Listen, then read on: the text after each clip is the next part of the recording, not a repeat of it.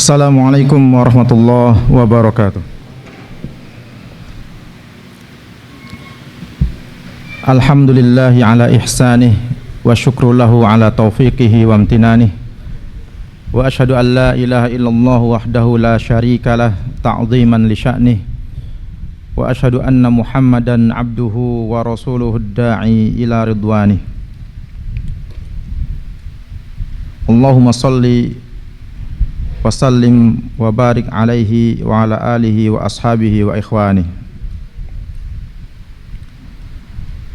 Yaqulu tabaraka wa ta'ala fi kitabihil karim, ya ayyuhalladzina amanu taqullaha haqqa tuqatih wa la tamutunna illa wa antum muslimun. Kaum muslimin dan muslimat rahimakumullah, kita bersyukur kepada Allah Subhanahu wa taala atas limpahan nikmat yang Allah karuniakan kepada kita semua sehingga kita bisa hadir dalam majelis ini. Semoga Allah senantiasa meluruskan niat kita dan Allah menjaga amal-amal soleh kita sehingga kelak di akhirat kita bisa mendapatkan pahala yang besar di sisi Allah Subhanahu wa taala. Salawat dan salam senantiasa tercurahkan kepada Nabi kita Muhammad sallallahu alaihi wasallam, keluarganya, sahabatnya dan pengikutnya hingga akhir zaman. Ikhwatal iman, a'azzani Allah wa iyyakum ajma'in. Pada kesempatan kali ini kita insyaallah membahas tentang hal-hal yang menggugurkan amalan, yang menggugurkan amal soleh. Ini adalah sebuah hal yang sangat penting karena seorang muslim dia tidak hanya bersemangat di dalam beramal soleh, namun juga wajib menjaga amal tersebut agar tidak rusak, agar tidak hilang, agar tidak gugur, sirna, sia-sia. Karena seorang muslim sudah berusaha beribadah, bercapek-capek, bahkan ada yang sampai melaksanakan ibadah haji dengan dana yang besar, menunggu dalam tempo waktu yang lama, berangkat umroh dan seterusnya. Maka jangan sampai kemudian setelah seorang muslim beramal dengan berbagai amalan soleh, kemudian naudzubillah min dzalik, menjadi rusak ataupun bahkan gugur, ya, amalannya hancur sia-sia. Dahulu Al-Imam Ibnul Qayyim rahimahullah ta'ala berkata, walaysa sya'nu fil amali innama sya'nu fi hifdil amali mimma yufsiduhu wa yuhbituh. Tidaklah yang terpenting itu dalam beramal saja, namun lebih daripada itu, hal yang terpenting adalah menjaga amalan agar dia tidak rusak dan tidak gugur. Menjaga amalan dari hal-hal yang bisa merusak amalan tersebut atau bahkan menggugurkan amalan tersebut. Ini adalah paling penting. Maka pada kajian kali ini insyaallah kita akan sebutkan beberapa hal yang dapat merusak atau menggugurkan amal soleh seorang muslim. Di antara hal-hal yang dapat merusak sebuah amalan atau menggugurkan sebuah amalan, yang pertama adalah ar-riddah, murtad, yaitu seorang muslim dia keluar dari agamanya, ya, dia keluar dari agamanya setelah diberikan hidayah Islam, anugerah yang paling besar, nikmat yang paling mulia, dan tidak ada nikmat yang paling besar kecuali nikmat dinul Islam.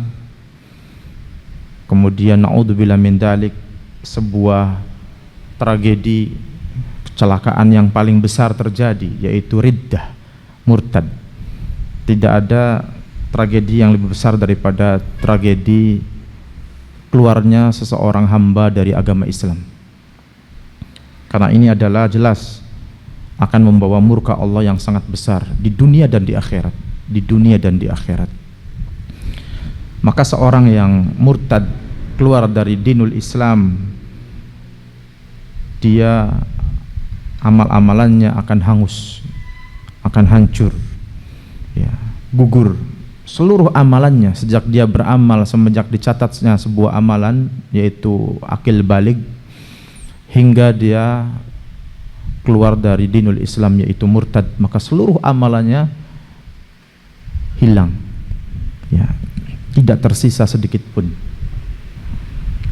Allah Ta'ala berfirman dalam Al-Baqarah ayat 217, wa may yartadid minkum an dinihi fayamut wa huwa kafir faulaika habitat a'maluhum fid dunya wal akhirah wa ulaika ashabun nari hum fiha khalidun.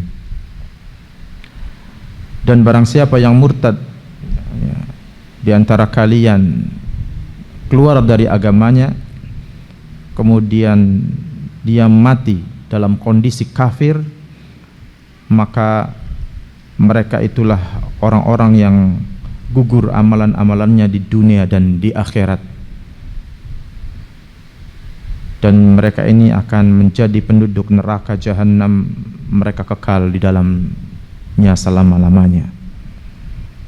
Ini ayat yang menegaskan kepada kita bahwa seorang muslim tidak boleh merasa aman dengan agamanya, tidak boleh mengatakan yang penting sudah Islam maka aman. Tidak. Justru kita harus senantiasa khawatir jangan sampai kemudian keislaman kita ini ternodai, terkikis, kemudian bahkan habis, naudzubillah min dzalik. Maka seorang muslim kemudian tidak merasa dirinya aman di dalam beragama ini, bahkan senantiasa dia meminta perlindungan kepada Allah agar diberikan as-sabat hatal mamat, diberikan istiqomah sampai kematian menjemput. Ya. Inilah yang senantiasa harus kita berdoa kepada Allah, agar senantiasa Allah memberikan rahmatnya kepada kita berupa keteguhan istiqomah di atas dinul Islam, wala tamutunna illa wa antum muslimun. Kemudian hal selanjutnya yang dapat merusak atau bahkan menggugurkan amalan seorang muslim adalah asyirku, kesyirikan. Ya. Maka siapapun dari seorang muslim yang melaksanakan kesyirikan, ya, maka kesyirikan ini akan menggugurkan seluruh amal solehnya. Ya. Ini dosa yang kelihatannya sepele, ya, dan terjadi bahkan di mana-mana, khususnya di negeri yang kita cintai ini. Ya. Namun karena kejahilan, ya, atau mungkin sebuah fanatisme terhadap sebuah hal, sehingga sebagian orang masih mempertahankan hal-hal yang benar-benar sebetulnya sudah masuk pada kategori kesyirikan. Maka kesyirikan adalah sebuah hal yang dapat menghancurkan dan bahkan memusnahkan, menggugurkan amalan soleh. Allah Ta'ala berfirman dalam Al-Ma'idah ayat 72, innahu may yusyrik billahi faqad harramallahu alaihil jannah wa ma'wahun nar wa ma lidzalimina min ansar. Sesungguhnya siapa yang menyekutukan Allah dengan sesuatu pun, berbuat kesyirikan, maka sungguh Allah telah haramkan baginya surga dan tempat kembalinya pasti neraka, dan tidak ada penolong bagi orang-orang yang zalim. Ya. Dan kita tahu bahwa kesyirikan adalah kedzaliman yang paling besar. Ya. Maka orang-orang yang musyrik di dunia dia tidak mendapatkan kebaikan, amalnya hancur sia-sia, ya. Kemudian dia mati dalam kondisi seperti itu, membawa dosa syirik akbar, maka dia haram baginya surga dan tempat kembalinya di neraka. Kita berlindung pada Allah dari kesyirikan, dari kemurtadan. Baik. Dalam surat yang lain, Az-Zumar ayat 65, Allah juga berfirman, "Walaqad uhiya ilaika wa ilal ladzina min qablik la in asyrakta la yahbatanna 'amaluka wa la takunanna minal khasirin." Dan sungguh telah diwahyukan kepadamu wahai Muhammad dan kepada orang-orang yang sebelummu dari para nabi dan rasul, la in asyrakta, ini wahyunya, la in asyrakta, jika engkau berbuat kesyirikan, la yahbatanna amaluka, sungguh amalanmu akan gugur, wala takunanna minal khasirin, dan engkau pasti menjadi orang-orang yang merugi. Amalannya gugur di dunia, di akhirat menjadi orang-orang yang merugi. Kenapa? Karena tidak mendapatkan balasan sedikit pun dari amal-amal yang telah dilakukan di dunia, bahkan menjadi penghuni neraka selama-lamanya. Ini adalah sebuah ancaman kepada Nabi Muhammad. Allah mengancam Nabi Muhammad, dan juga Allah mengancam nabi-nabi terdahulu sebelum Nabi Muhammad SAW. Padahal kita tahu Nabi Muhammad itu mustahil untuk berbuat kesyirikan. Mustahil, nggak mungkin Nabi Muhammad SAW berbuat kesyirikan. Wong dia itu maksum kok. Tapi kenapa Allah memberikan ancaman ini? Untuk memberikan pelajaran kepada kita. Jika Nabi saja yang derajatnya begitu tinggi, manusia yang paling mulia di dunia ini, diancam jika berbuat syirik akan hangus, akan sia-sia amalnya, akan sirna, akan gugur, apalagi dengan kita yang derajat kita jauh di bawah Nabi Muhammad SAW.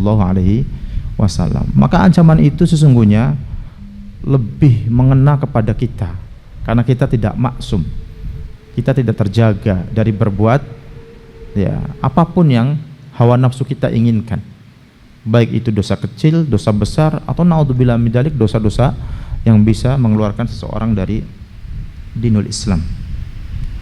Ya. Kita berlindung kepada Allah dari segala dosa. Kaum muslimin dan muslimat rahimakumullah. Kemudian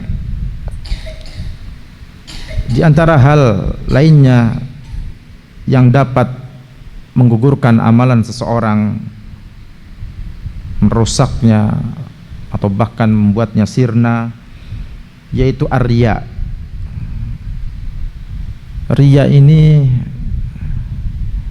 menangkalnya tidak mudah ya. Terkadang kita sholat itu sudah berusaha khusyuk lillahi ta'ala, tiba-tiba di tengah perjalanan sholat hati kita berubah ya. Entah mungkin ada yang melihat kita sehingga sholatnya dikhusyuk-khusyukkan ya, atau yang ngimami mungkin bacaannya dibagus-baguskan ya, dan seterusnya, gerakannya dilama-lamakan dan seterusnya. Maka segera ditepis perasaan seperti itu, jangan membiarkan menjalar ke seluruh tubuh kita dan bahkan kita menikmatinya ya. Kita hentikan rasa itu ya, karena riya itu dia bukan dosa kecil. Riya itu kata para ulama kabiratun minal kabair ya, salah satu dosa besar ya, riya itu salah satu dosa besar, jadi bukan dosa kecil. Dan dosa besar itu harus bertobat kepada Allah SWT. Padahal sudah berapa kali kita merasa pernah berbuat itu ya, maka segeralah kita bertobat dari riya, pamer, ingin dipuji ya, berbuat amal soleh tapi ingin dipuji oleh manusia. Harusnya amal soleh itu kita ingin dipujinya hanya oleh Allah saja, nggak boleh caper ya. Seseorang yang caper kepada makhluk itu tidak boleh, namun caper kepada Khalik itu diganjar, diberi pahala Inilah ikhlas, caper kepada Sang Khalik Allah Subhanahu wa taala. Maka seorang muslim ketika beramal menjauhkan diri sekuat mungkin dari riya. Apapun amalannya. Apapun amalannya. Dan karena kita lemah, maka kita minta pertolongan Allah supaya kita dikuatkan ketika beramal untuk tidak berbuat riya. Jangan kita ini merasa sok kuat, ya, sehingga jarang berdoa atau mungkin belum pernah berdoa dari terjerumus kepada penyakit yang berbahaya ini, yaitu riya. Rasulullah SAW bersabda dalam hadis yang diriwayatkan oleh Imam Ahmad dan dihasankan oleh Syekh Syu'aib Al-Arnaud rahimahumullahu ta'ala, inna akhwafa ma akhafu alaikum asyirkul asghar, sesungguhnya yang paling aku khawatirkan atas diri kalian adalah syirik kecil. Qalu, para sahabat bertanya, wa masyirkul asghar ya Rasulullah, apa itu syirik kecil wahai Rasulullah? Qal ar-riya. Rasulullah SAW bersabda, riya, ya. Jadi seorang beramal ingin mempertontonkan amalannya kepada makhluk, kepada manusia, supaya dipuji, supaya dikatakan sebagai hamba yang soleh, hamba yang dermawan, hamba yang sering berbuat kebaikan, hamba yang berakhlak karimah, berbudi luhur, dan seterusnya. Dalam riwayat yang lain, yaitu riwayat Ibnu Majah dan disahihkan oleh Syekh Albani, Rasulullah SAW bersabda, ala ukhbirukum bima huwa akhwafu alaikum indi minal masihid dajjal. Rasul SAW mengatakan, maukah aku kabarkan kepada kalian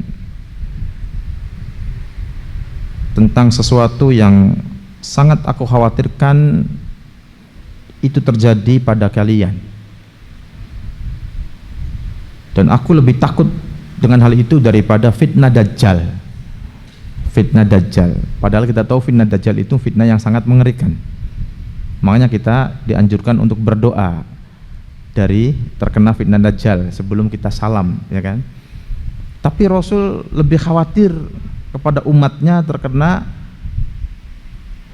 fitnah yang satu ini, melebihi fitnah dajjal. Qala, kemudian sang perawi yaitu Abu Sa'id Al-Khudri berkata, kulna, kami mengatakan, bala, benar ya Rasulullah, kami ingin tahu. Faqala, maka Rasulullah SAW bersabda, asyirkul khafi, ya. Rasul mengatakan apa? Syirik yang samar, yang tersembunyi. Ini nama lain daripada riya. Jadi riya, asyirkul asghar, asyirkul khafi, itu sama, ya, 3 nama untuk satu hakikat. Asyirkul khafi, syirik yang tersembunyi, yang samar. Kemudian Rasul menjelaskan, an yaqumar rajulu yusolli fayuzayyinu salatahu lima yara min nadori rajulin, yaitu seseorang yang berdiri sholat, kemudian dia membaguskan sholatnya. Kenapa? Karena dilihat oleh orang, ya. Jadi dia caper kepada orang lain ketika sholat, dibagus-baguskan sholatnya. Mungkin orang lain itu bisa mertua, bisa besan, bisa menantu atau temennya, ya kan? Atau mungkin juga istrinya pas sholat sunnah di rumah misalkan, ya. Maka ini berbahaya, ya. Cari perhatian itu, ya, nggak boleh kepada makhluk. Cari perhatian itu hanya untuk Khalik. Kita caper kepada Allah, ya. Kita minta perhatian kepada Allah. Inilah keikhlasan, ya. Namun kalau seorang kemudian beramal soleh supaya dipuji, ya, walaupun ini contohnya hanya sholat, tapi bukan berarti ini terjadi pada orang yang sholat saja, tidak. Bahkan bisa saja terjadi kepada orang yang dermawan, yang rajin bersedekah, ya. Sedekah itu boleh diumumkan, ya, supaya memotivasi orang lain. Tetapi jangan sampai kemudian hal ini membuat hati orang yang bersedekah, ya, menjadi ujub, takabur, atau kemudian malah riya supaya ingin dipuji. Kan eman-eman, ya, inginnya memotivasi orang lain, tapi kemudian sedekah dengan terang-terangan ini, diumumkan ini, malah membakar dirinya, membakar amal solehnya, hingga kemudian amal solehnya hangus, sia-sia, ya. Jadi jangan seperti lilin, ya, menerangi orang lain, dirinya habis, ya kan. Tapi menerangi yang ada di sekitarnya, namun dirinya habis. Maka silakan jika ada yang bersedekah kemudian diumumkan dengan niat memotivasi orang lain agar juga yang lain bersedekah, namun pastikan hati orang yang bersedekah ini aman, ya. Kalau dia tidak kuat, khawatir terkena riya, ya, lebih baik tidak usah diumumkan, ya. Maka yang dicontohkan oleh Nabi kita Muhammad SAW dalam hadis tadi, seseorang yang sholat, namun bukan berarti ini terjadi pada orang yang sholat saja, bisa terjadi pada orang yang beramal soleh yang lainnya, ya, sedekah, ya, haji. Ada orang yang haji ingin disebut sebagai Pak Haji, Bu Haji, ya kan, pulang dari haji namanya bertambah 1 huruf H, ya. Kalau yang ibu-ibu 2 huruf H sama C plus titik, ya kan, supaya apa? Supaya dipanggil Bu Hajah, Pak Haji. Ntar kalau umroh ditambah lagi HCU gitu, ya, Pak Umroh, ya. Ini jangan sampai kemudian embel-embel seperti ini nih kemudian menjadi apa? Menjadikan penyakit dalam hati orang yang beramal soleh. Kan kasihan, haji itu sudah lama nunggunya, berpuluh-puluh tahun, biayanya mahal, kemudian sampai sana juga membutuhkan kerja keras, ya, karena ibadah haji itu meliputi ibadah qauliyah, badaniyah, ya kan, apalagi, ya, badaniyah atau fi'liyah, ya, qalbiyah. Karena haji itu seluruhnya beramal gitu, hati kita, ucapan, badan, membutuhkan fisik yang prima, ya. Kemudian hangus ibadah itu gara-gara sebuah niatan yang tidak baik, kan eman-eman, ya. Taib. Maka sekali lagi riya ini berbahaya, dan ancaman bagi orang yang berbuat riya diantaranya yaitu dalam hadis yang diriwayatkan oleh Imam Ahmad dan dihasankan oleh Syekh Syu'aib Al-Arnaut rahimahumullah ta'ala. Nanti di akhirat orang-orang yang berbuat riya akan diseru, idhabu ilal ladzina kuntum tura'una fid dunya, kata Rasul. Pergi sana kalian kepada orang-orang yang dahulu di dunia kalian pamer kepada mereka tatkala beramal soleh. Fanduru hal tajidu indahum jazaan. Kemudian lihatlah apakah mereka atau ada di sisi mereka balasan untuk kalian. Tentu jawabannya tidak ada, ya. Jadi mereka tidak mendapatkan balasan di sisi Allah, disuruh oleh Allah untuk kemana? Ke orang-orang yang dulu mereka di dunia berbuat riya kepada mereka, supaya minta balasan sama mereka. Namun mereka sama saja nggak punya apa-apa. Yang mereka makhluk, semuanya sedang dihisab di hadapan Allah Subhanahu Wa Taala. Jadi Allah boro-boro memberikan balasan kepada orang yang berbuat riya ini. Bahkan diusir supaya pergi sana minta balasan kepada orang-orang yang dulu kalian berbuat riya kepada mereka, pamer, ingin dipuji oleh mereka. Kan hina sekali ini.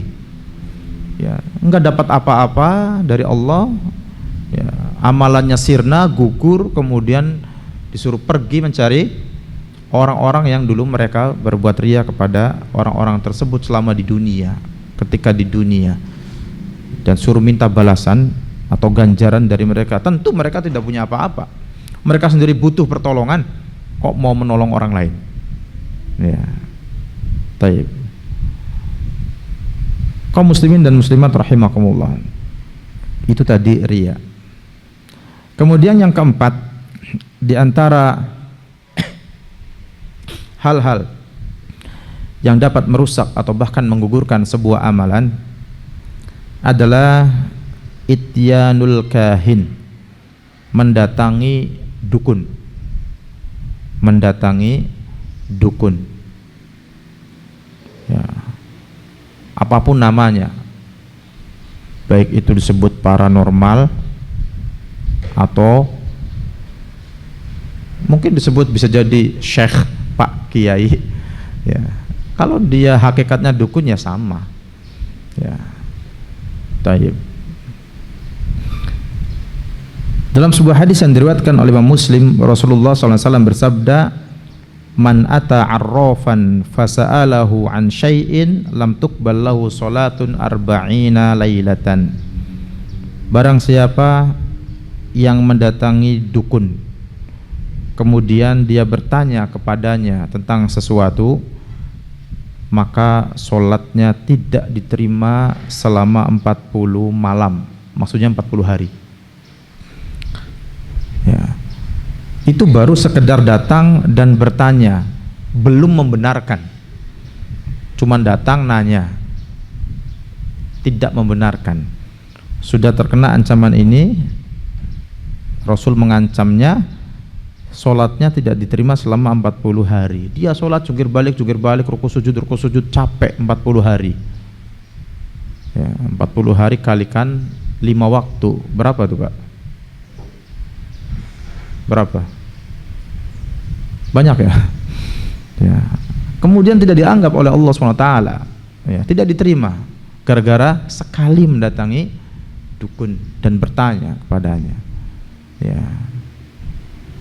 Tayyib. Maka jangan dianggap biasa hal seperti ini, ya. Karena ini akan membakar, menghabiskan amal soleh.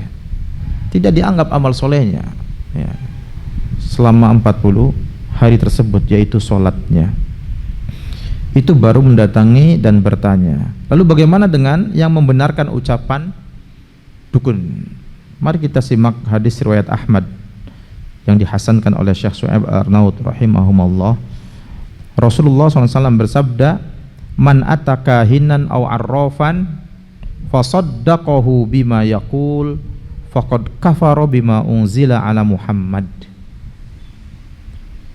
Barang siapa yang mendatangi dukun atau paranormal, kemudian dia membenarkan ucapannya. Kalau tadi yang pertama datang dan bertanya, belum membenarkan. Kalau ini siapa yang membenarkan? Faqad kafara bima unzila ala Muhammad. Ini hukumannya. Maka sungguh orang ini sudah kufur, sudah mengingkari apa-apa yang dibawa oleh Nabi Muhammad SAW. Wahyu, Al-Quran dan As-Sunnah, Islam. Dia dianggap telah kafir, telah kufur terhadap apa yang dibawa oleh Nabi Muhammad SAW, apa yang diturunkan kepada beliau SAW, yaitu Al-Quran dan As-Sunnah. Ini mengerikan sekali, ya. Maka seorang yang pernah mendatangi dukun, apalagi sampai membenarkan, segera bertobat.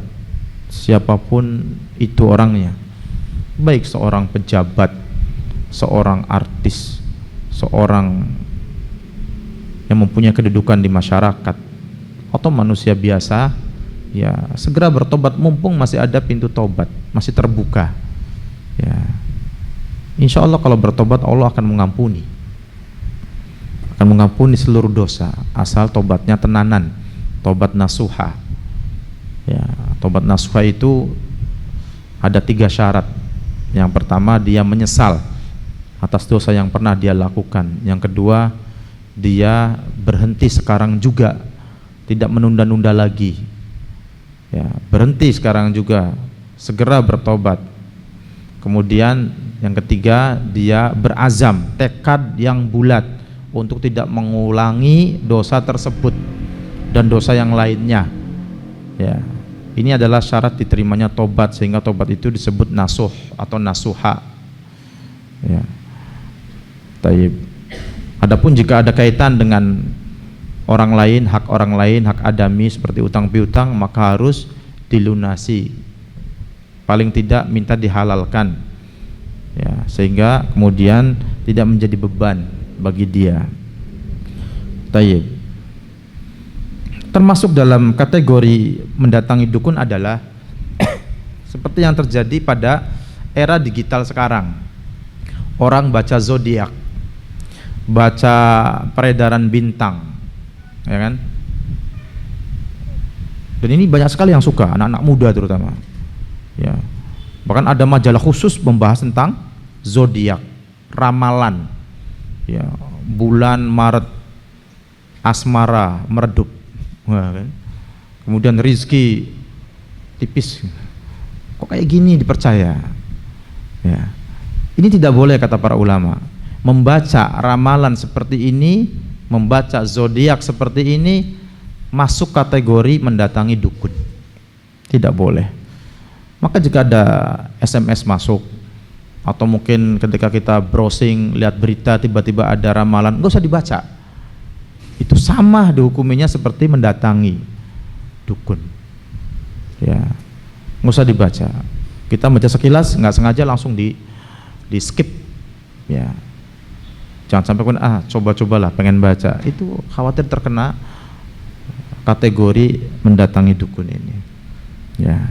Apalagi sampai ketik grek spasi kemudian dikirim. Ya kan, bertanya tentang kondisi keuangan dan seterusnya. Ini jelas sudah berbahaya sekali. Ya.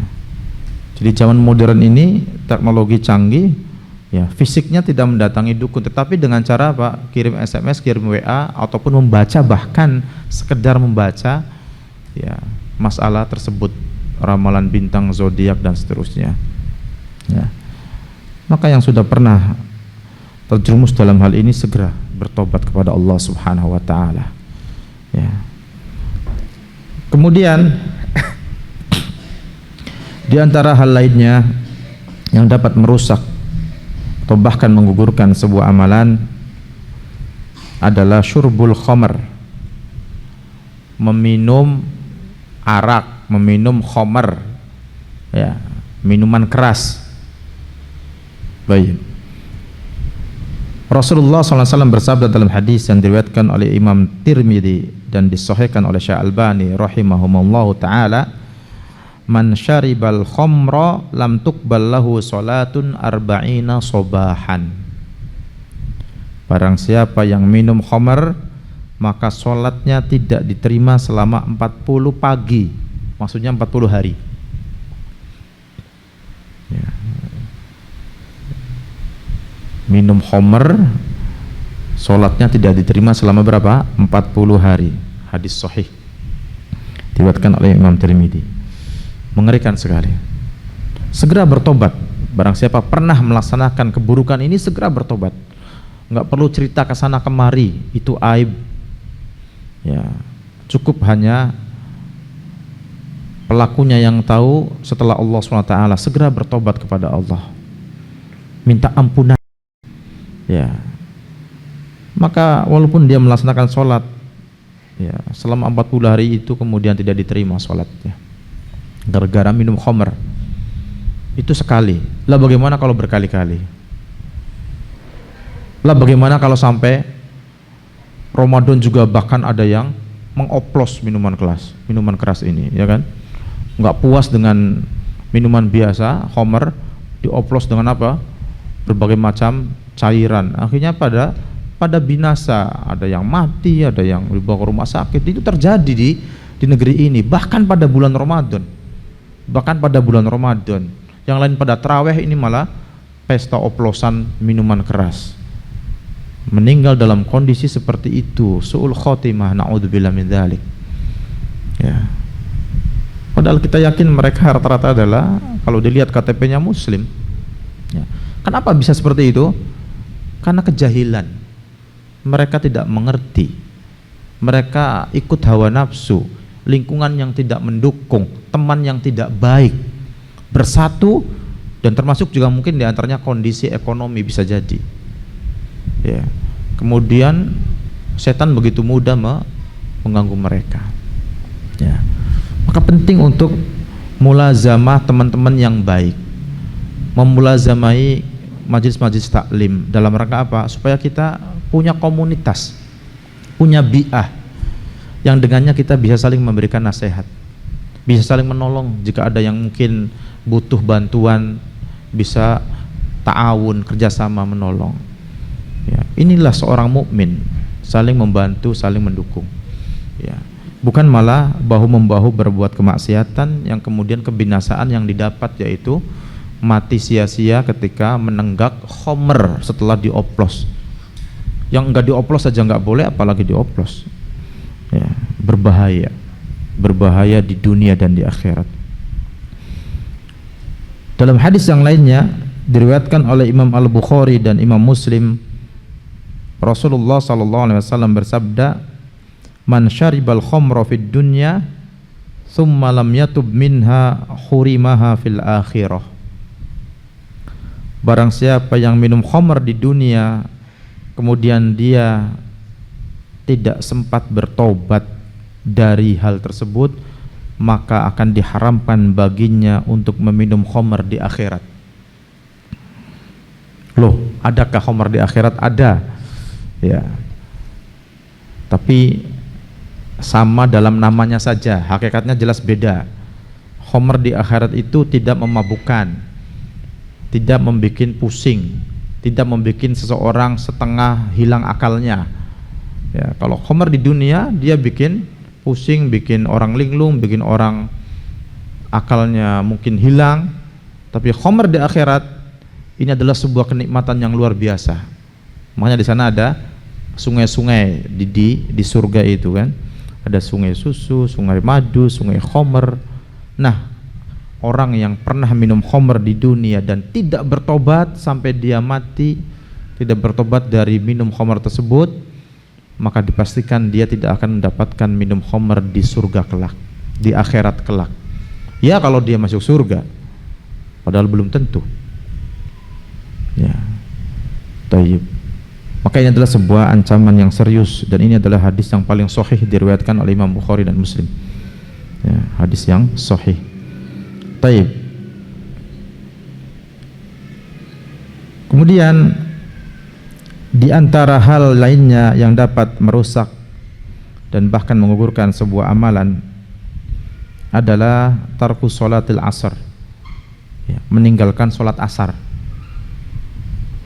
Meninggalkan sholat asar.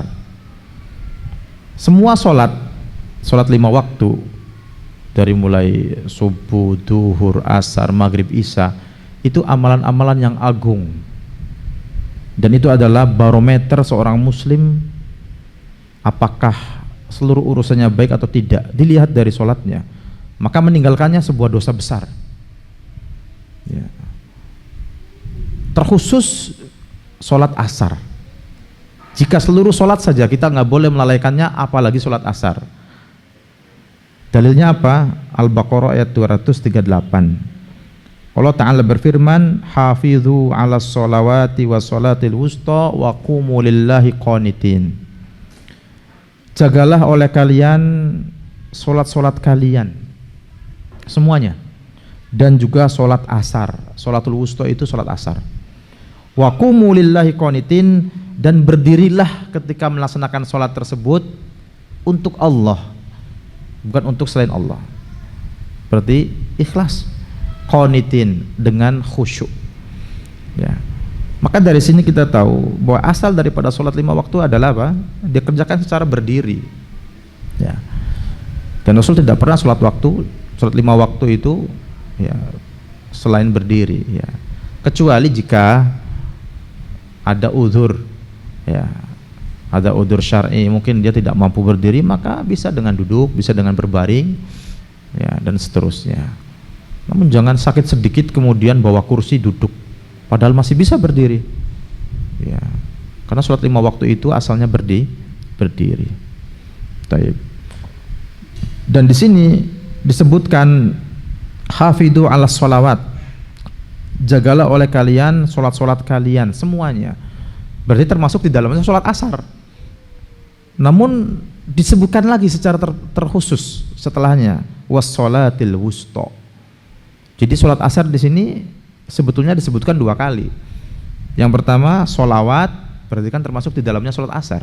Kemudian setelah itu disebutkan secara khusus wassalatil wusta, menunjukkan betapa pentingnya sholat asar. Itu seperti ayat tanazzalul malaikatu warruhu fiha biidni rabbihim min kulli amr.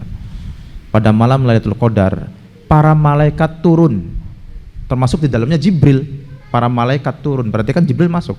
Kemudian disebutkan warruhu fiha, dan juga Jibril disebutkan 2 kali berarti kan ya.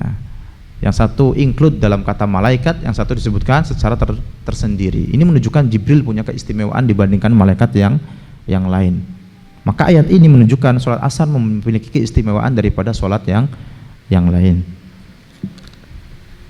Kemudian dalam hadis yang diriwayatkan oleh Imam Al-Bukhari, Rasulullah sallallahu alaihi wasallam bersabda, "Man taraka sholatal asri faqad habita amaluhu." Barang siapa yang meninggalkan sholat asar, maka sungguh amalnya sia-sia, sungguh gugur amalannya. Ini hadis diriwayatkan oleh Imam Bukhari, hadis sahih. Ya. Baik. Sangat disayangkan sekali sebagian orang pulang kerja dari pagi sampai sore bekerja, pulang dalam kondisi capek, belum sholat asar. Kemudian sampai rumah istirahat rebahan bablas. Bangun-bangun dibangunkan oleh istrinya misalkan maghrib, padahal belum sholat asar. Dan ini banyak terjadi seperti ini. Ya, dengan alasan capek ya sudah tidur. Ini tidak boleh. Kemudian menggampangkan, kan bisa dikodok. Ini nggak benar seperti ini. Ya.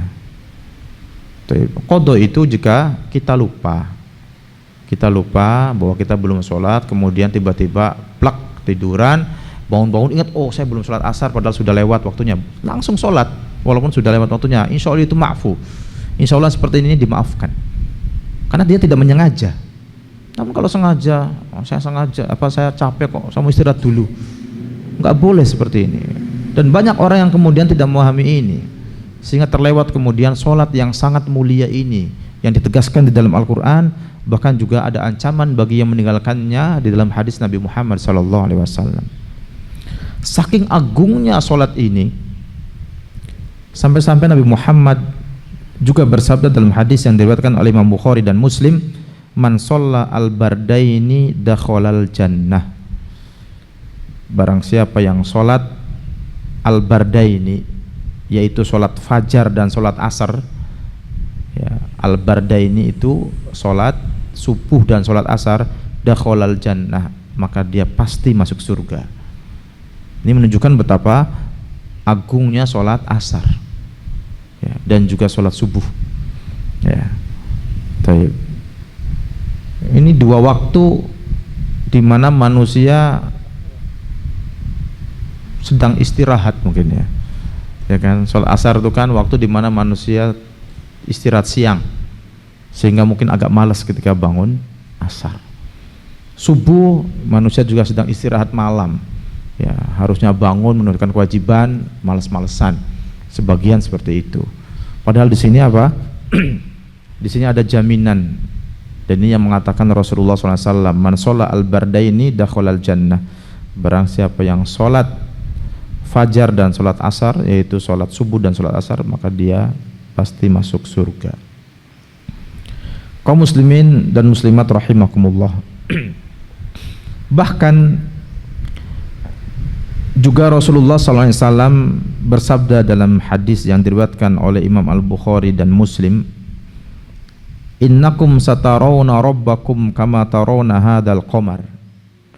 Sesungguhnya kalian akan melihat Rabb kalian, Tuhan kalian, Allah Subhanahu wa taala. Ya. Kama tarawna hadzal qamar, sebagaimana kalian melihat bulan ini, kata Rasul. La tudammuna fi ru'yatihi, kalian tidak kesulitan melihatnya. Melihat Rabb kalian, melihat Tuhan kita yaitu Allah Subhanahu wa taala. melihat wajah Allah Subhanahu wa taala di surga. Fa in istata'tum alla tughlabu ala salatin qabla tulu'i syamsi wa qabla ghurubiha faf'alu. Maka jika kalian mampu untuk tidak kewalahan melaksanakan salat sebelum terbit matahari dan setelah tenggelamnya matahari, maka lakukanlah. Ya, hadis riwayat Bukhari dan Muslim. Apa maksud daripada salat sebelum terbit matahari? Salat subuh. Apa maksud daripada salat sebelum tenggelam matahari? Salat asar. Ya. Maka ini menunjukkan fadilah daripada istiqomah melaksanakan salat asar dan salat subuh tepat waktu. Ya. Ya, tepat waktu, di awal waktu. Ya. Akan ada nikmat yang besar, ya. Yaitu apa? Bisa melihat wajah Allah kelak di surga. Ya, padahal itu adalah sebuah nikmat yang paling agung, ya, nikmat yang paling besar bagi penduduk surga tatkala tabir disingkap sehingga penduduk surga bisa melihat wajah Allah yang mulia, yang maha mulia, dan itu adalah kenikmatan yang paling tinggi. Ya. Baik. Kemudian di antara hal yang dapat merusak atau bahkan menggugurkan amalan seorang muslim adalah al-mannu. Al-mannu yaitu mengungkit-ungkit kebaikan, mengungkit-ungkit sedekah. Karena ada sebagian orang itu setelah memberi dia ngungkit-ngungkit terus, ya kan? Kan dulu saya pernah ngasih kamu, masa kamu kok sekarang gini sikapnya? Kan dulu saya, kan dulu saya, kan dulu saya. Ini al-mannu, ini nggak boleh. Ini berbahaya. Ya, ngungkit-ungkit kebaikan, ngungkit-ungkit sedekah. Ya, kalau sudah berbuat baik, sudah bersedekah, ya sudah lupakan. Jangan diungkit-ungkit, apalagi kepada orang yang pernah kita bersedekah kepadanya. Itu sakit rasanya. Ya. Itu sedang mempermalukan dia sebetulnya. Ya. Taib. Dalilnya adalah surat Al-Baqarah ayat 264. Allah Ta'ala berfirman, ya ayyuhalladzina amanu la tubtilu shadaqatikum bil manni wal adha kalladzi yunfiqu malahu ria'an nas wa la yu'minu billahi wal yawmil akhir famathaluhu kamathali safwanin alaihi turabun fa asabahu wabilun fatarakahu solda la yaqdiruna ala syai'im mimma kasabu wallahu la yahdil qaumal kafirin. Wahai orang-orang yang beriman, janganlah kalian menghilangkan pahala sedekah-sedekah kalian dengan mengungkit-ungkit sedekah tersebut dan menyakiti perasaan orang yang menerimanya. Itu seperti orang yang infak atau bersedekah dalam rangka pamer kepada manusia, riya, dan tidak beriman kepada Allah dan hari akhir.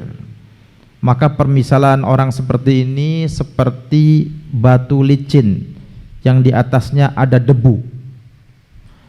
Kemudian terkena debu tersebut hujan yang sangat deras. Kemudian tidak tersisa sedikit pun debu yang ada di batu tersebut. Ya, hilang. Ya, maka pahala sedekahnya hilang. Seperti debu di atas batu yang licin terkena hujan yang sangat deras. Jangankan batu yang licin, batu yang enggak licin saja debu itu akan hilang kena hujan yang sangat deras, apalagi batunya licin. Tidak tersisa sama sekali tuh debu. Ya, tinggal batunya aja yang licin, klimis.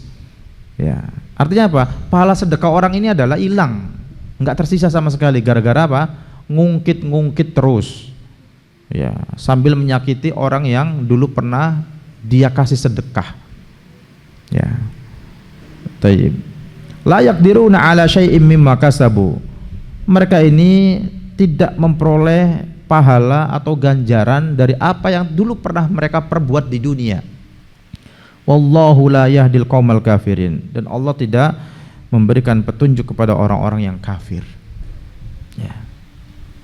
Maka kalau di antara kita sudah sedekah, sudah nggak perlu diungkit-ungkit, baik sedekah ke masjid, ke panti asuhan, ke lembaga-lembaga, ya, atau ke seseorang yang butuhkan, sudah lupakan sedekah itu seakan-akan kita tidak pernah berbuat hal itu.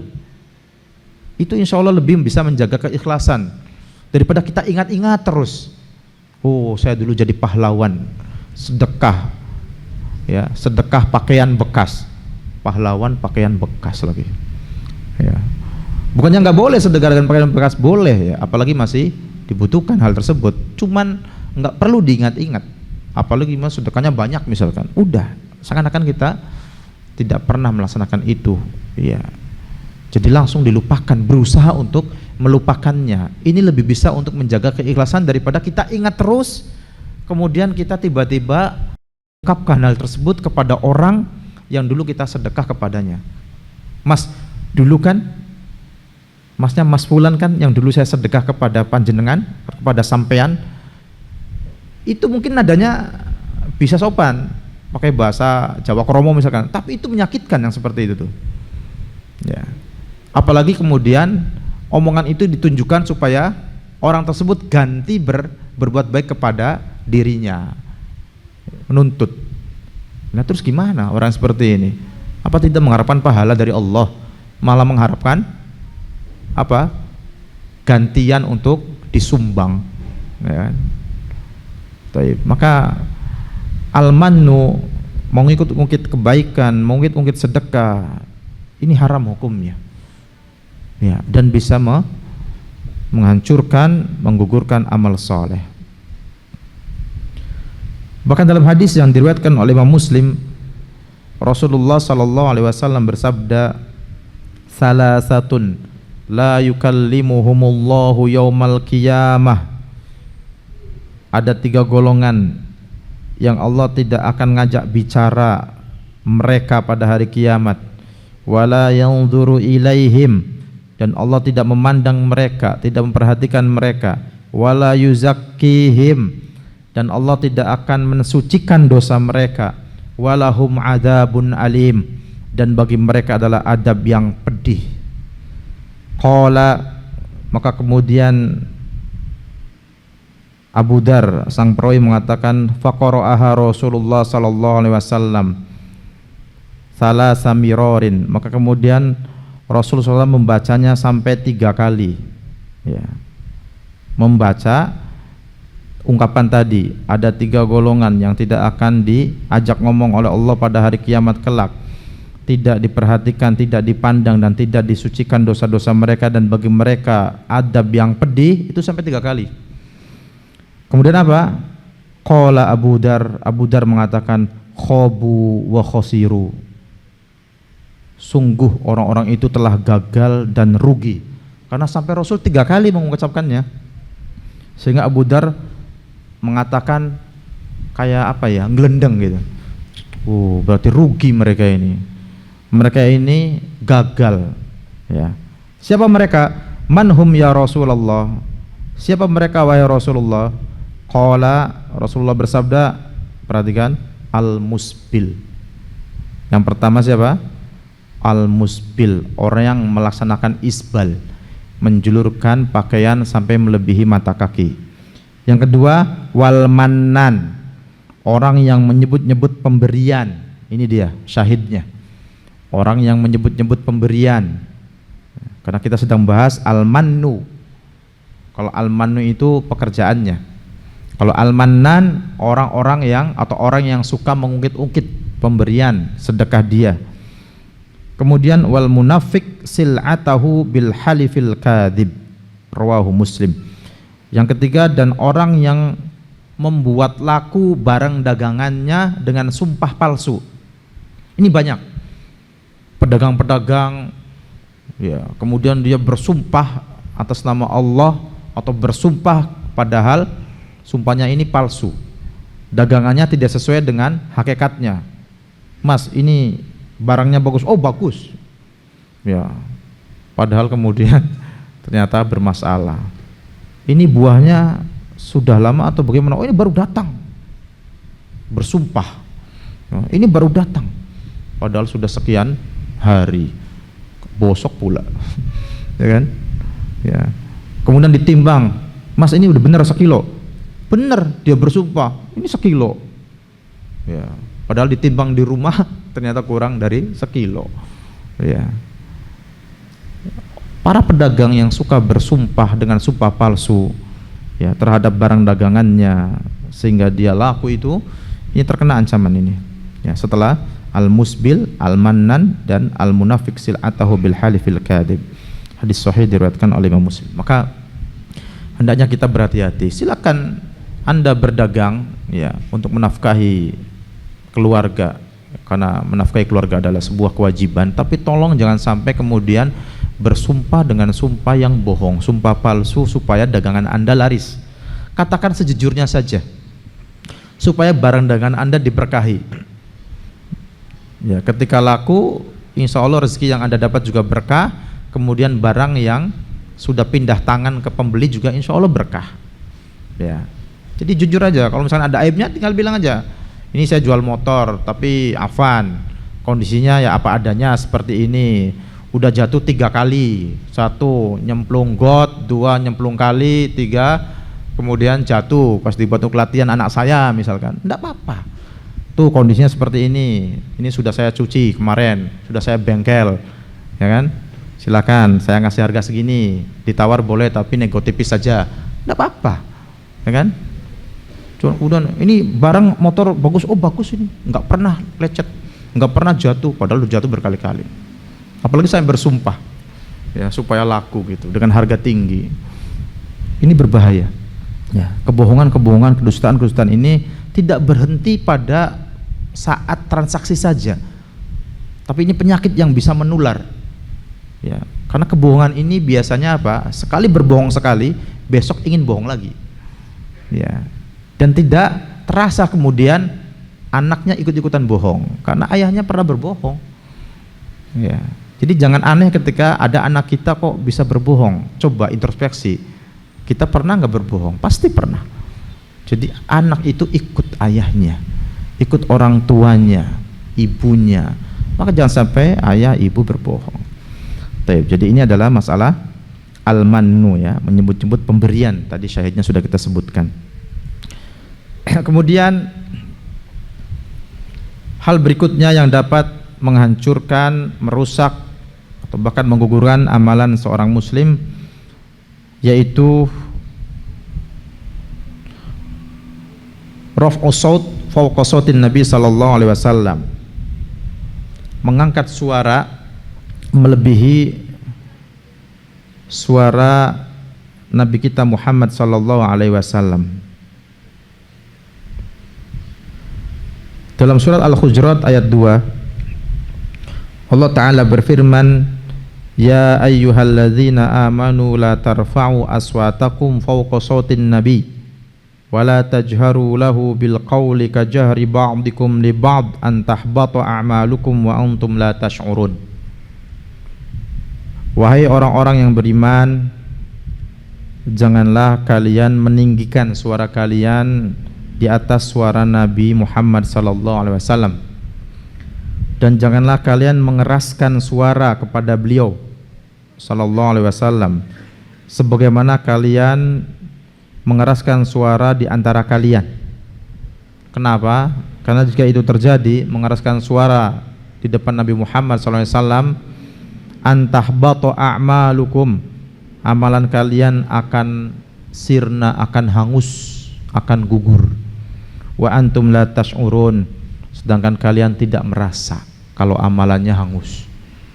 Ini ancaman ya, larangan meninggikan suara di depan Nabi Muhammad sallallahu alaihi wasallam, larangan berkata keras di hadapan Nabi Muhammad sallallahu alaihi wasallam ya.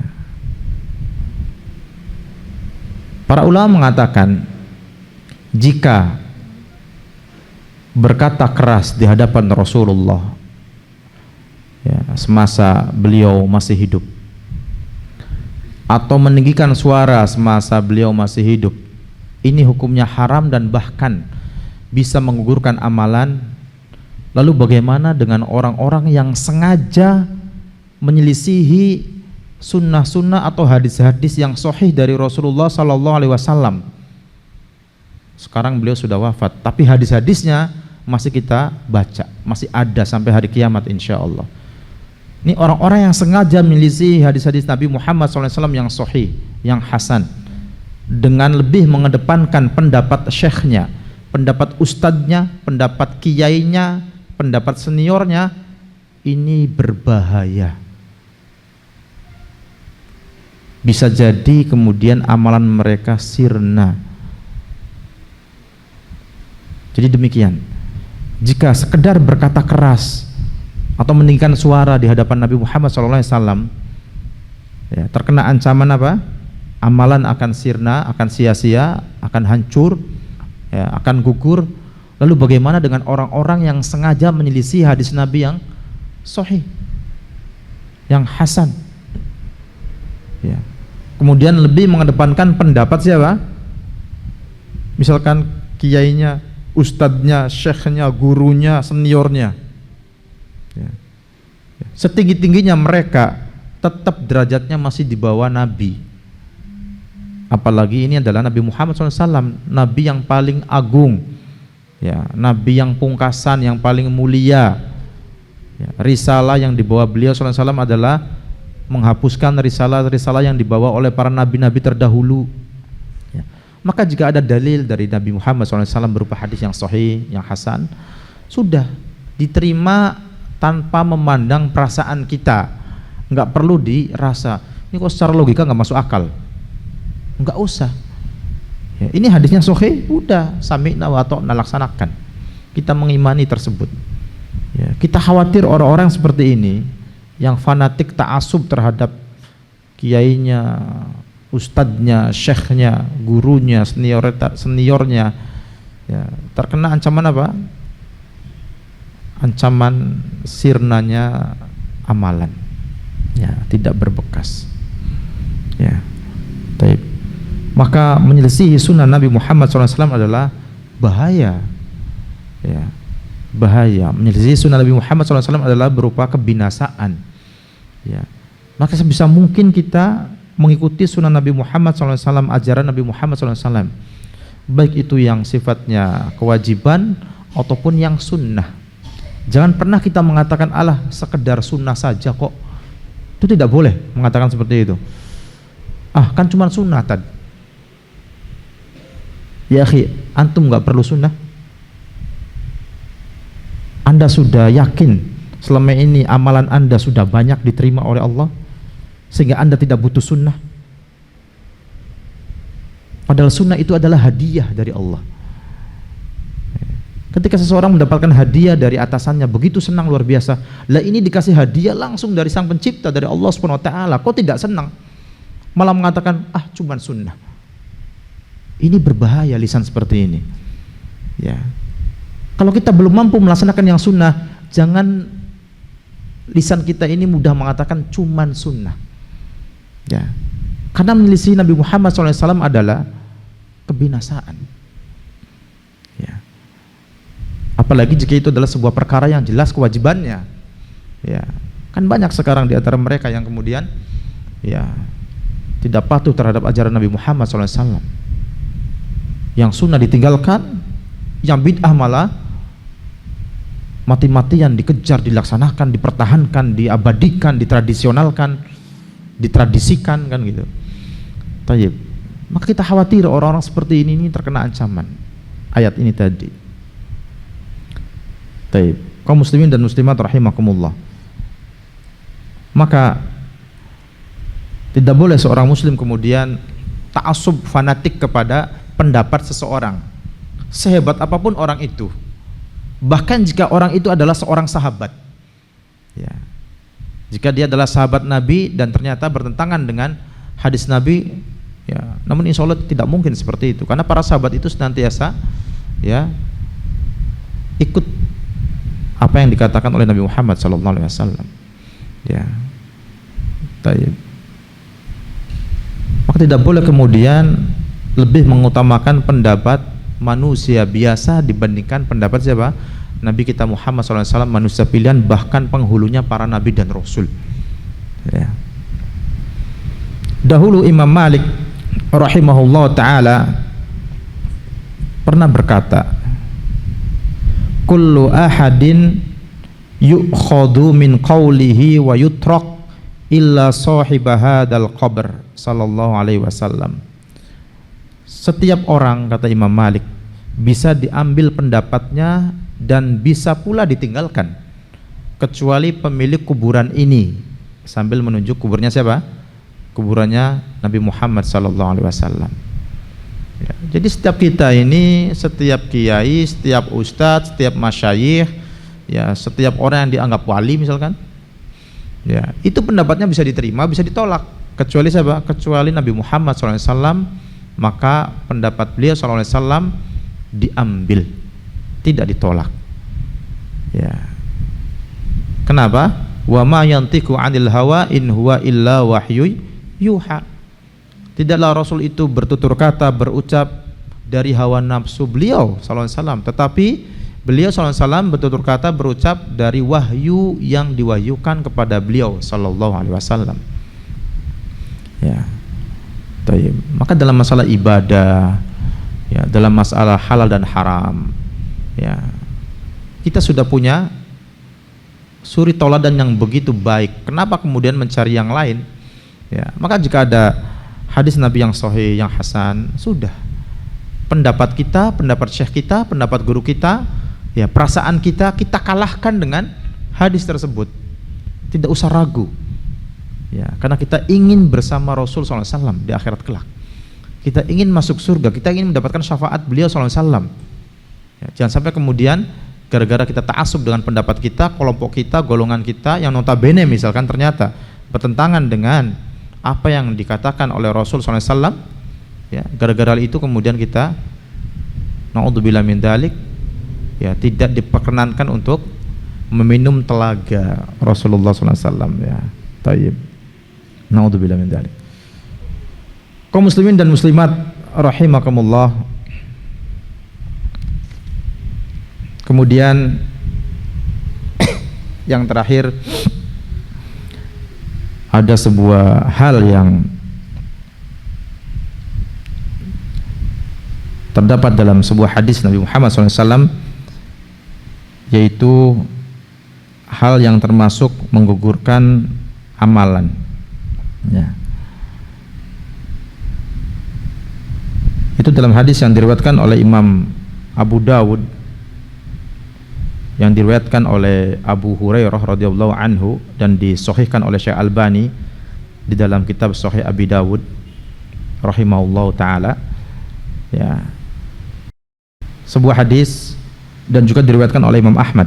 Namun lafaz yang akan saya bacakan ini adalah lafaz yang terdapat dalam Abu Dawud. Kana rajulani fi bani Israil mutaakhiyaini. Ada dua orang dari Bani Israel ini saling berteman. Ya. Nanti kita sebutkan apa hal ini. Fakana ahaduhuma yudnib. Salah seorang dari keduanya adalah sering berbuat dosa. Wal akhar mujtahid fil ibadah. Yang lainnya gemar beribadah. Fakana la yazalul mujtahid yarul akhara 'ala dhanbi. Dan adalah orang yang rajin ibadah ini melihat temannya tersebut sedang melaksanakan dosa. Maka dikatakan fayaqul aksir. Maka orang yang rajin ibadah berkata kepada orang yang berbuat dosa, berbuat maksiat, aksir. Hei, berhenti. Fawajadahu yauman 'ala dhanbin. Faqala lahu aksir. Kemudian suatu hari dia juga mendapati temannya ini sedang berbuat dosa lagi. Maka orang yang rajin ibadah ini berkata kepadanya, aksir, berhenti. Faqala, maka orang yang berbuat dosa ini berkata, khallini wa rabbi, ya, tinggalkan aku dan Tuhanku. Abu ista alayya raqiban, apakah engkau diciptakan, diutus untuk senantiasa memata-mataiku, kata si pendosa ini. Faqala, maka kemudian orang yang rajin ibadah ini marah. Wallahi, demi Allah. Nah, ini kesalahan dia. Dia bersumpah, la yaghfirullahu lak aw la yudkhilukallahul jannah. Ini sebuah ungkapan yang fatal. Kata si rajin ibadah ini ketika dia marah mendengar ucapan orang yang berbuat maksiat tadi, demi Allah, Allah tidak akan mengampunimu selamanya. Atau demi Allah, Allah tidak akan memasukkan dirimu ke dalam surga. Ini ucapan yang berbahaya. Ungkapan ini kalau ditulis di buku nggak panjang, tapi resikonya dunia dan di akhirat. Ya. Faqabadu arwahahuma, maka kemudian Allah mewafatkan mereka berdua. Fajtama'a 'inda rabbil alamin, maka kemudian mereka berdua berada di sisi Rabb semesta alam, di sisi Allah. Faqala li hadzal mujtahid, kemudian Allah berkata kepada orang yang rajin ibadah yang mengungkapkan ungkapan yang fatal tadi, kunta bi aliman au kunta ala ma fi yadi qadiran, apakah engkau mengerti apa yang ada pada diriku, ataukah engkau mampu ya mengambil apa yang ada pada tanganku. Wa qala lil mudnib, dan kemudian Allah berkata atau berfirman kepada si pendosa, idhab fadkhulil jannata bi rahmati, engkau wahai pendosa masuklah surga dengan rahmatku. Rahmat Allah itu luas, maka jangan dibatasi oleh ucapan kita. Wa qala lil akhar, kemudian berkata Allah ini kepada si rajin ibadah, idhabu bihi ilan nar, wahai para malaikat, bawa orang ini ke neraka. Allah marah. Ya. Kenapa marah? Karena dia, si rajin ibadah ini bersumpah dengan nama Allah bahwa si pemaksiat tadi tidak akan diampuni dosanya atau tidak akan dimasukkan Allah ke dalam surga. Dia sok tahu. Padahal pengampunan, memasukkan hamba ke dalam surga itu hak siapa? Hak Allah. Hak Allah, murni hak Allah. Tidak boleh kita apalagi sampai bersumpah mengatakan hal itu, terlebih orangnya masih hidup ya. Beda kalau ada orang kafir mati dalam kondisi kafir, itu pasti di jahanam selama-lamanya. Kafir, lah dia seorang muslim melaksanakan maksiat ya. Apakah maksiat itu mengeluarkan dia dari keislaman? Kan tidak. Namun bukan berarti beremeh-remeh ya, meremehkan kemaksiatan, tidak boleh ya. Karena orang yang meninggal dalam kondisi bermaksiat itu su'ul khotimah ya. Maka di sini dijelaskan al hukmu bidukhul ahadin al jannah au bidukhulihi an-nar haqqun khalisun lillahi ta'ala. Hukum mengatakan orang ini masuk surga atau orang ini masuk neraka itu murni hak Allah Subhanahu wa taala. Tidak boleh kemudian makhluk siapapun dia kemudian apa? Menghakimi seseorang, ayo ente masuk surga, ente masuk neraka, itu tidak boleh ya. Wa min lawazimi rububiyatihi subhanahu, dan ini juga termasuk apa? Termasuk konsekuensi rububiyah Allah Subhanahu wa taala. Ini adalah hak prerogatif Allah Subhanahu wa taala. Tidak boleh diambil oleh selain Allah, oleh makhluk. Wa man naza'allaha fi rububiyatihi fa huwa ala syafa halakatin wa khatarin azim. Maka barang siapa yang berusaha mengambil hal tersebut dari Allah Subhanahu wa taala, padahal itu adalah hak Allah, maka orang ini betul-betul di tepi jurang kebinasaan atau berada dalam bahaya yang besar ya. Coba bayangkan, orang ini rajin ibadah tapi gara-gara dia emosi kemudian mengucapkan sebuah ucapan yang membuat murka Allah ya, dia menyempitkan rahmat Allah yang luas ini, dan dia berani menghukumi seseorang dengan neraka ya kan. Kan kalau tidak masuk surga berarti di neraka gitu. Sehingga kemudian Allah murka dengan ucapan tersebut ya. Maka tidak boleh seorang kemudian apalagi sampai bersumpah menghukumi seseorang, ente nggak mungkin diampuni oleh Allah, ini berbahaya ya. ente tidak mungkin masuk surga. Ini ini berbahaya. Ya, naudzubillah min dzalik. Maka perkara yang terakhir ini yang dapat menghancurkan, merusak atau menggugurkan amalan, yaitu bersumpah atas nama Allah bahwa fulan tidak akan diampuni dosanya oleh Allah, atau fulan tidak mungkin Allah masukkan ke dalam surga. Ini bersumpah ya atas nama Allah bahwa fulan tidak mungkin diampuni oleh Allah Ta'ala, atau fulan tidak mungkin Allah masukkan ke dalam surga. Ini berbahaya ya. Semoga Allah melindungi kita dari perkara-perkara yang telah kita sebutkan tadi, berupa hal-hal yang dapat merusak dan menggugurkan amal soleh. Di akhir hadis tersebut, si perawi yaitu Abu Hurairah radhiyallahu anhu berkomentar, walladzi nafsi biyadihi latakallama bikalimatin aw baqat dunyahu wa akhiratahu. Kata Abu Hurairah, demi Allah, demi zat yang jiwaku berada di tangannya, sungguh si ahli ibadah ini telah berkata dengan sebuah ungkapan yang telah menghancurkan dunia dirinya dan akhirat dirinya. Telah menghancurkan dunianya dan akhiratnya. Padahal gara-gara ungkapan yang saya katakan tadi, kalau ditulis di buku tidak panjang. Maka tidak boleh seorang meremehkan sebuah ungkapan. Termasuk yang belum lama ya, di bulan Desember kemarin, ya kan? Orang bermudah-mudah mengucapkan selamat hari A, selamat hari B, hari agama orang lain. Ini tidak boleh, ya. Karena ungkapan-ungkapan seperti itu berbahaya, kaitannya masalah akidah. Ya. Bukankah gara-gara sebuah ungkapan seseorang yang tadinya non-muslim menjadi muslim dengan ungkapan asyhadu alla ilaha illallah wa asyhadu anna muhammadar rasulullah? Bukankah dengan sebuah ungkapan seseorang yang tadinya haram bagi kita menjadi halal, istri kita, dengan sebuah ungkapan, ya kan?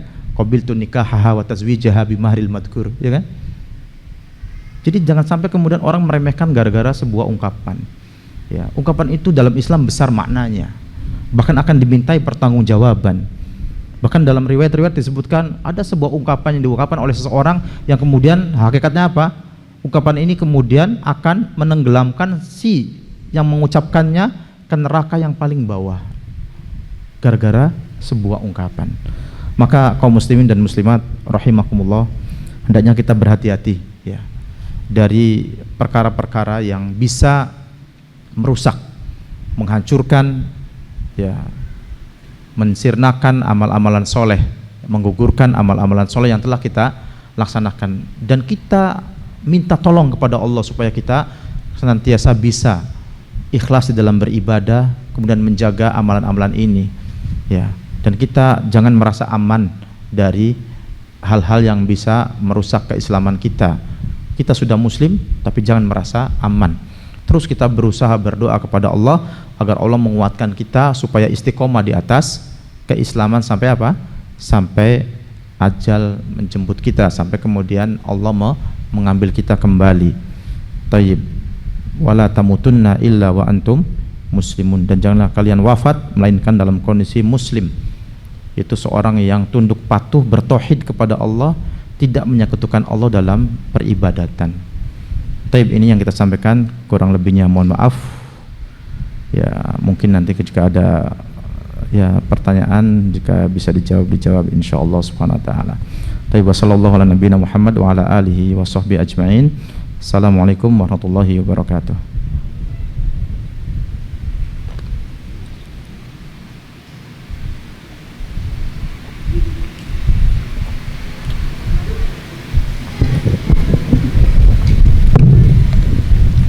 Assalamualaikum warahmatullahi wabarakatuh.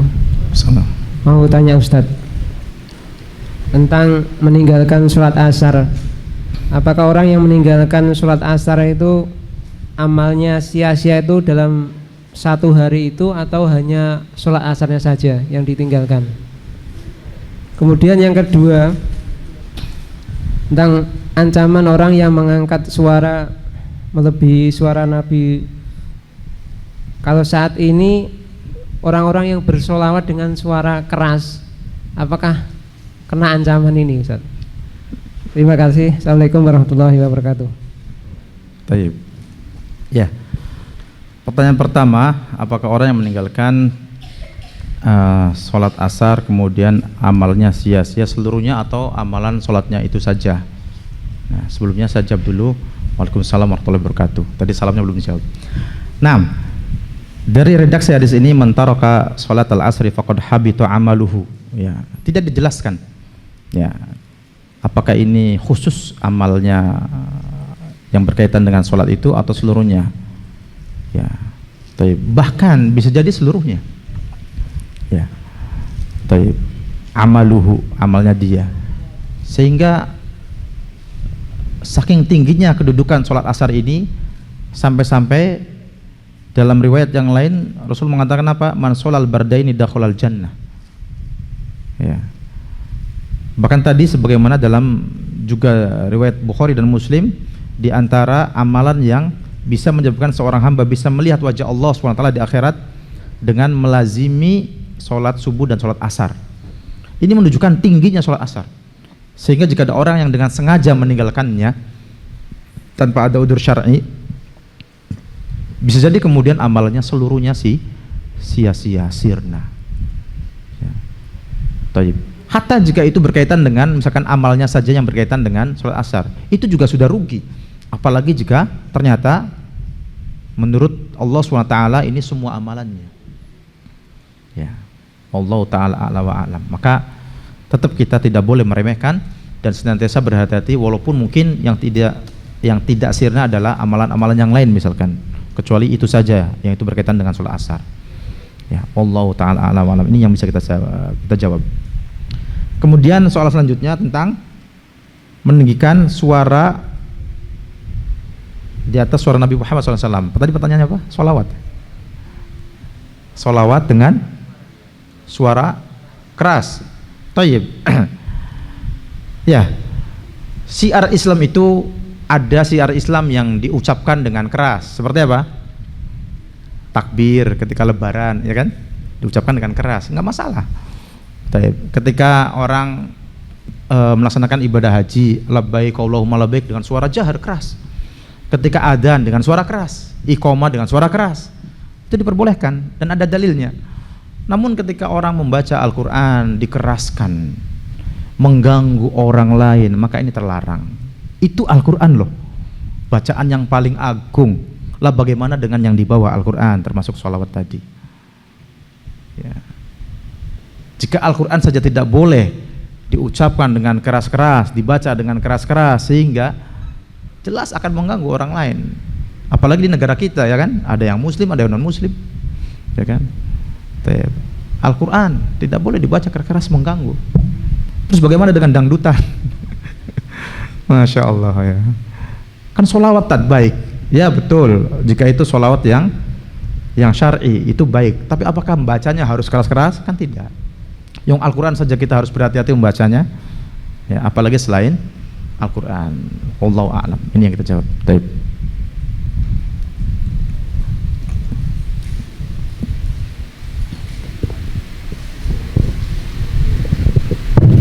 Assalamualaikum warahmatullahi wabarakatuh. Kaitan uraian yang pertama tadi mengatakan yang bisa membatalkan amalan-amalan yaitu murtad, Ustaz. Bagaimana kalau seorang muslim dia ketika ada satu hal dia keluar dari agama Islam, berarti dia kan sudah gugur amalannya ya. Tapi ketika 2-3 bulan kemudian dia masuk kembali ke bersahadat lagi, apakah amalan itu kembali lagi atau tidak? Yang pertama itu. Yang kedua kaitan masalah menyuarakan dengan suara keras ketika Rasulullah masih hidup. Ketika Rasulullah sedang tidak tiada seperti ini yang kita alami seperti ini, apakah ada aplikasinya yang juga dilarang? Dalam arti semisal dengan yang dilarang ketika Rasulullah masih hidup. Kedua itu. Ketiga masalah bagaimana kita kepada saudara Islam kita, ketika ada saudara Islam kita misalnya berjanji dia mengkhianati, dia suka berbohong, terus ketiga dia tidak amanah, apakah ketika saya mengatakan kamu munafik itu sudah termasuk menggugurkan amalan? Terima kasih. Assalamualaikum warahmatullahi wabarakatuh. Tayyib. Waalaikumsalam warahmatullahi wabarakatuh. Pertanyaannya cukup banyak, tapi sedikit kita merangkum. Pertanyaan pertama tadi tentang masalah keluar dari Islam, orang muslim keluar berarti murtad, kemudian tiba-tiba sadar lagi Pak ya. Taib. Sebetulnya orang yang murtad itu dikasih waktu untuk bertobat 3 hari. Ya. Kalau dalam Islam seperti itu. Ya, ketika dia sudah murtad, dipastikan ente benar nih murtad, sadar. Dia mengatakan iya, tobat 3 hari, kasih waktu 3 hari. Kalau dia tidak mau bertobat, ya sudah. Kalau itu hukum Islam ditegakkan oleh seorang pemimpin tentunya. Apa balasannya? Ya dibunuh. Ya. Karena dia sudah berkhianat kepada Allah Subhanahu wa taala. Tuhan yang telah menciptakan dirinya. Kalau dia bisa bermain-main dengan agama Allah Subhanahu wa taala, maka sangat pantas hukumannya adalah untuk i'dam. Ya, dibunuh, dipenggal lehernya. Ya. Namun itu dilaksanakan oleh siapa? Oleh ulil amri, oleh penguasa, oleh qadhi, ya, dengan apa? Persyaratan-persyaratan, dengan prosedur yang dilakukan, ditanya dulu, disadarkan, kok bisa ente seperti ini dan seterusnya. Ya, sehingga betul-betul yakin bahwa orang ini dengan sadar setelah dia dipastikan seperti itu, keluar dari Islam, sadar tanpa ada paksaan dan seterusnya, ya, baru diminta tobat 3 hari. Ya, taib. Dan tidak boleh orang bermain-main seperti itu ya, Masya Allah. Ada orang dulu ada kisah, saya lupa nama orangnya, ya, zaman dulu. Di orang ini muadzin, seorang yang adzan. Kalau adzan dulu naik menara Pak, naik menara tinggi. Tiba-tiba orang ini melihat gadis cantik, melihat gadis cantik di seberang masjid. Kemudian dia ingin melamarnya. Gadis cantik itu ternyata beragama Nasrani. Kemudian dia mensyaratkan, kalau Anda ingin melamar saya, silakan keluar dari Islam, nanti saya bisa menjadi istri Anda. Karena cantik sekali, orang ini terngiang-ngiang terus wajahnya. Ketika mau adzan, loh, cantik sekali. Akhirnya apa? Dia berperasaan, saya nanti murtad sebentar. Setelah murtad dan menikah dengan gadis ini, saya masuk Islam lagi. Akhirnya orang ini mengiyakan gadis itu. Dia murtad dari Islam demi mendapatkan cinta si gadis Nasrani. Setelah itu dia mau adzan Pak. Dia lupa kalau dia sudah non muslim kan. Dia naik mau adzan, naik ke menara tinggi, dan dia belum bertobat, belum kembali masuk Islam. Apa yang terjadi? Kakinya terpeleset. Dari ketinggian itu dia mati dalam kondisi murtad.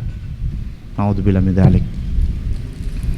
Subhanallah, ini hidayah, mahal sekali hidayah itu. Dia belum sempat merasakan bermalam pertama dengan sang gadis, agamanya sudah melayang sehingga dia meninggal dalam kondisi kafir, kekal di jahanam selama-lamanya. Naudzubillah min dzalik. Maka tidak boleh seorang bermain-main dengan dinul Islam. Ya, Allah sangat mampu untuk mewafatkan kita kapanpun. Jangankan ketika sedang duduk santai, ya kan, nggak ada rasa sakit apa-apa, orang bisa mati kan gitu. Apalagi ketika dia sudah membuat murka Allah Subhanahu wa taala yang begitu besar, yaitu dengan murtad tadi. Ya. Ini pertama. Kemudian pertanyaan selanjutnya masalah raf'u saut fawqa sautin Nabi, ya. Bersuara keras atau meninggikan suara di atas suaranya Kanjeng Nabi Muhammad SAW. Ya, berkata keras di atas atau di depan Nabi Muhammad SAW. Itu ketika masih hidup, ya. Tentu ketika sudah meninggal, ya, kaitannya dengan masalah peninggalan beliau SAW, yaitu Al-Quran dan hadis, wahyu yang diberikan kepada Nabi Muhammad, yaitu Al-Quran dan hadis, terutama hadis. Karena kalau Al-Quran, hampir seluruh muslim tidak ada yang berani ngutak-ngutik Al-Quran.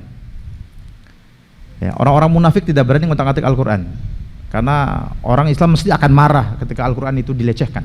Tapi hadis, banyak orang yang tidak mengerti tentang hadis. Oh, ini sahih, oh ini hadis yang hasan, oh ini yang dhaif. Sehingga yang diutik-utik adalah seringnya hadis. Makanya kemudian hadis ini ketika ada orang yang menabraknya, tidak mau patuh terhadap hadis Nabi Muhammad SAW, ya, maka khawatirnya orang ini sama dihukumi dengan mengeraskan suara di atas suara Nabi Muhammad SAW. Ini loh hadis, ya, suara Nabi Muhammad SAW, ya, atau wahyu yang diwahyukan kepada Nabi Muhammad SAW. kok bisa Anda masih melangkahi hadis itu padahal ini sahih adanya, tidak mau patuh dan tunduk. Nah itu yang dimaksudkan ya, karena kan sekarang beliau sudah wafat sallallahu alaihi wasallam, sehingga tidak mungkin seorang bersuara keras di hadapan Kanjeng Nabi atau bersuara keras di depan kuburan gitu ya, kuburan Nabi Muhammad SAW, ya pasti akan dibawa oleh petugas itu juga tidak boleh ya, tidak boleh ya. Kita tuh punya adab sopan santun di hadapan para ahli kubur muslimin, sehingga ketika kita masuk kuburan kaum muslimin kita mengucapkan salam, assalamu ala ahli diyar, ya kan, itu kepada kaum muslimin. Lah bagaimana dengan kuburan Kanjeng Nabi Muhammad SAW? Ya, tentu adabnya harus terjaga. Nah, yang lainnya apa? Oh ya, ketika ada teman kita misalkan dia sering berdusta, menyelisih janji, kemudian mengkhianati dan seterusnya, yang sifat-sifat munafik itu, apakah boleh kita mengatakan wahai munafik gitu Pak ya? Thayyib. Yang jelas hal itu adalah kita berhati-hati dari menghukumi seseorang. Ya, dari menghukumi seseorang. Tetapi jika memang telah dijatuhkan vonis misalkan kepada dia, misalkan oleh seorang alim, seorang mufti atau qadhi, bahwa orang ini adalah bisa terkena sebutan itu, maka tidak mengapa. Ya, tidak mengapa. Tapi jangan sampai kita kemudian menghukumi dia kemudian tidak masuk surga atau tidak diampuni oleh Allah, padahal dia masih hidup dan masih ada peluang untuk diampuni oleh Allah dosa-dosanya. Ya doakan saja dengan doa-doa kebaikan. Kalaupun kita sampai marah ceplos ungkapan seperti itu, mudah-mudahan itu tidak membuat amalan kita hancur sia-sia. Yang penting kita jangan sampai bersumpah, apalagi mengharamkan surga bagi dirinya atau mengharamkan ampunan Allah bagi dirinya. Tapi yang lebih baik adalah kita menahan diri. Ya, menahan diri. Jangan menghukumi seseorang dengan kata-kata seperti tadi ya, dengan menyebutnya munafik, apalagi sampai menghardik dan seterusnya. Karena ini juga kaitannya dengan ya hukum ya. Karena kalau benar-benar itu ternyata tidak terdapat pada dirinya, itu bisa balik kepada kita. Ya kan? Ketika orang mengatakan misalkan wahai kafir, ternyata menurut Allah dia tidak kafir, itu bisa balik kepada orang yang mengucapkannya. Ya, maka hendaknya kita berhati-hati menjaga lisan, ya, menjaga lisan. Kecuali kalau sudah ada dalil yang pasti. Ya, ada dalil yang pasti dari Al-Quran, As-Sunnah bahwa si fulan itu munafik, ya seperti pada zaman Nabi dulu. Ya, innal munafiqina fid darkil asfali minan nar. Orang-orang munafik itu di kerak neraka yang paling bawah. Ya, kenapa? Ada dalilnya dan Rasul tahu dari wahyu, ya, wahyu dari Allah Subhanahu wa taala. Sehingga hendaknya kita yang tidak punya kewenangan apa-apa ini berhati-hati untuk menjaga lisan kita. Seemosi-emosinya kita, jangan mengucapkan kata-kata yang di situ ada konsekuensi hukum yang mungkin berat. Ya, makanya menjaga lisan ini penting sekali, penting sekali. Wallahu taala a'la wa a'lam.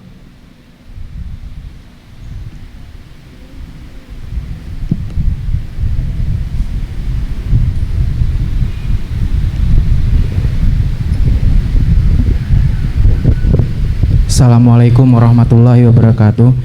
Ustadz tolong beri contoh kalimat-kalimat atau ungkapan-ungkapan yang dapat menjatuhkan kita kepada syirik kecil. Waalaikumsalam warahmatullahi wabarakatuh. Ungkapan-ungkapan yang dapat menjatuhkan kita kepada syirik kecil, riya maksudnya ya. Tadi syirik kecil kan disebutkan adalah riya. Ya, tidak harus ungkapan, bahkan perasaan. Ya, perasaan kita ketika kita sholat nih, tiba-tiba lagi sholat sunnah misalkan, di samping kita ada guru kita sholat, kita tahu, oh ada guru, sholatnya tetap bagus-bagus ya. Kan nggak ngomong ya, pakai perasaan, kita langsung mengkhusyukkan sholat, itu sudah jatuh kepada riya. Ya, dan harus kita tepis perasaan itu, jangan menjalar ke seluruh tubuh kita, karena setan itu berjalan di aliran darah anak Adam. Ya, jangan sampai kita dikuasai aliran darah kita, seluruh tubuh ini dikuasai oleh setan, bahkan kita merasa nyaman dengan perasaan itu. Ya, atau tiba-tiba kita beramal soleh dipuji oleh seseorang, kita merasa bangga. Jangan. Ya, bahkan kita menepis perasaan-perasaan itu. Ya, dan kita beristighfar kepada Allah. Ya, sehingga diantara yang disyariatkan setelah kita sholat 5 waktu apa? Istighfar kan? Astagfirullah, astagfirullah, astagfirullah. Kenapa? Karena kita khawatir, bahkan kita juga mungkin yakin itu, karena sholat kita ini masih kurang, jauh dari sebuah penghambaan yang sempurna kepada Allah Subhanahu wa taala. Sehingga kita setelah sholat 5 waktu kita disyariatkan untuk istighfar 3 kali. Astagfirullah, astagfirullah, astagfirullah.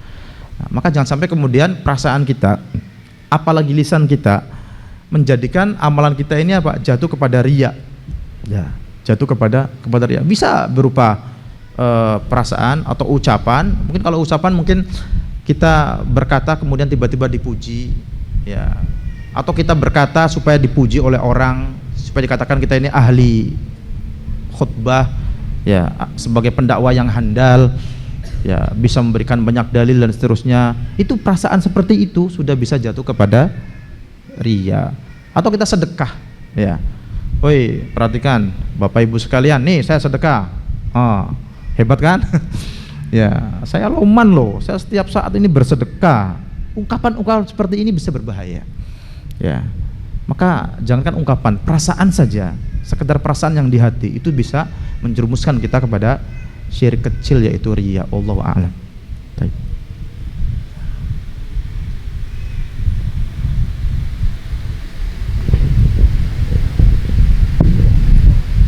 Assalamualaikum warahmatullahi wabarakatuh.